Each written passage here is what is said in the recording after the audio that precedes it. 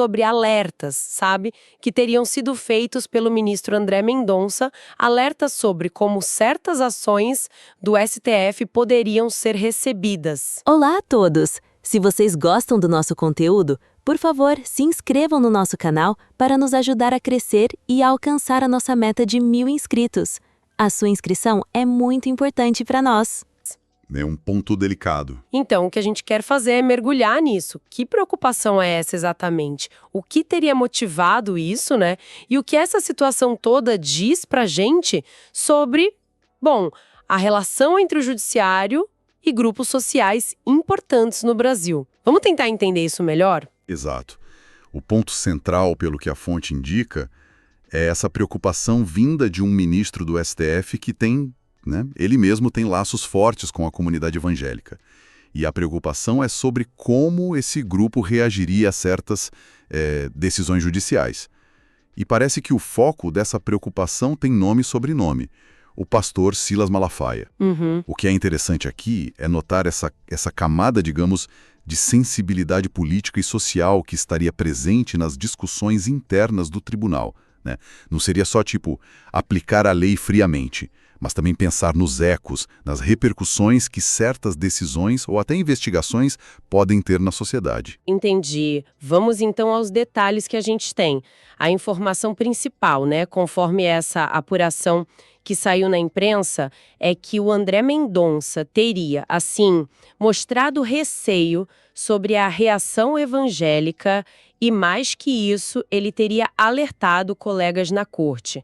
A reportagem menciona até o nome do Hugo Mota, alertado sobre os riscos específicos de levar adiante uma investigação que atingisse o Silas Malafaia. E esse alerta, pelo que está descrito, não seria algo genérico, sabe? A preocupação que o Mendonça teria apontado era o risco dessa investigação específica acabar piorando um desgaste que já existiria. Uma relação já meio arranhada entre a comunidade evangélica e o Supremo.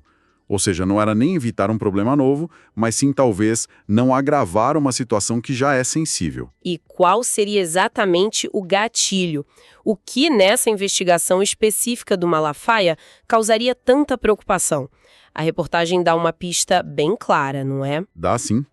Exato. Segundo o que o Teocuri apurou, a maior inquietação do ministro Mendonça seria com a possibilidade de incluir o pastor Malafaia em investigações sobre assuntos bem espinhosos. Coisas como supostas tentativas de obstrução da justiça e intimidação durante processos. Quer dizer, são alegações graves, Que atingem a própria integridade do sistema de justiça. Nossa, obstrução da justiça, intimidação, isso dá um peso enorme para a situação, Imagina investigar um líder religioso tão influente por esses motivos.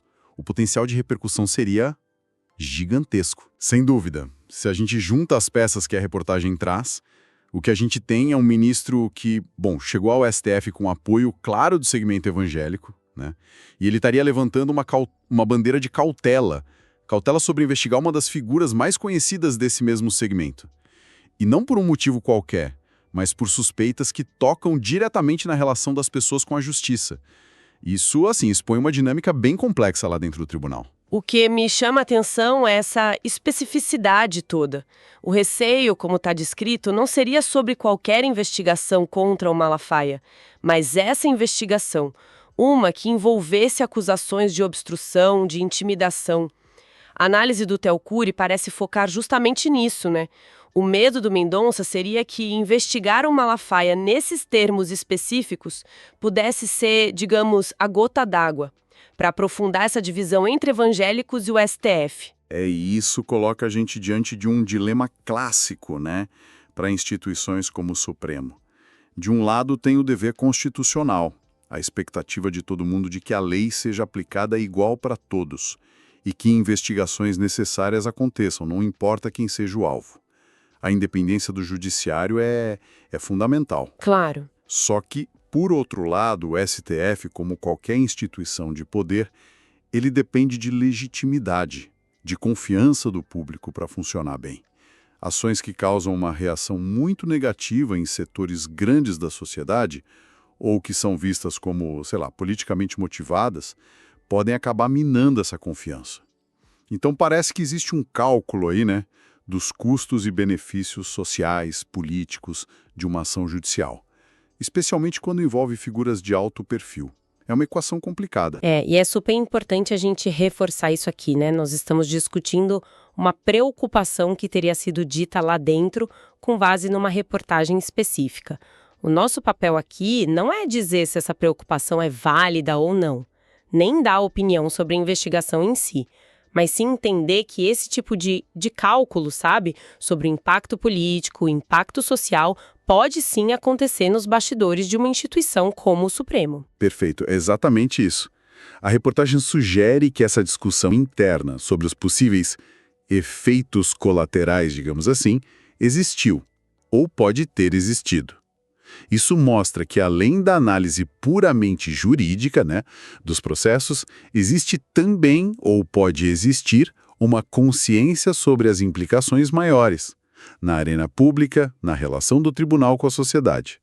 Quer dizer, não é uma operação que acontece num vácuo, né, puramente técnico. E o fato de o alerta, segundo a fonte, ter vindo justamente do André Mendonça, isso adiciona uma camada a mais para a gente pensar, não acha? Considerando a trajetória dele, a ligação que ele tem com o segmento evangélico. Sim, sim. A origem do alerta é um fator relevante na análise que a matéria parece sugerir. Vindo do Mendonça, a leitura mais imediata, que fica meio implícita ali, poderia ser, uma tentativa de evitar um conflito maior com um grupo social ao qual ele é ligado. Ou, no mínimo, né, de alertar a corte sobre os possíveis custos de imagem, de legitimidade que essa investigação específica traria perante esse grupo. Ele estaria agindo, talvez, como um sensor dessa tensão específica dentro do colegiado. Isso levanta umas questões interessantes sobre o papel dos ministros que têm essas conexões fortes com certos setores, né? Eles trazem uma perspectiva diferente para o debate interno, ou existe um risco de que acabem atuando mais na defesa desses interesses? São perguntas que essa situação, do jeito que foi descrita, meio que joga no ar. São perguntas complexas, viu? E sem resposta fácil. Ter diferentes visões, diferentes origens representadas na corte, isso pode enriquecer o debate, pode trazer sensibilidades que talvez fossem ignoradas. Ao mesmo tempo, o que se espera é que a atuação de um ministro seja sempre baseada na Constituição, no interesse público geral, né? E não em lealdades a grupos específicos. Achar esse equilíbrio aí é um desafio constante, com certeza. E voltando um pouco para o centro da preocupação que foi relatada, o Silas Malafaia, a gente não está falando de uma figura qualquer, né? Ele é um líder religioso com uma projeção enorme no país, muito ativo politicamente, com posições que são frequentemente bem fortes, contundentes. E ele tem uma capacidade de mobilização entre os evangélicos que é, assim, bem significativa. Exatamente. O peso simbólico dele é muito grande.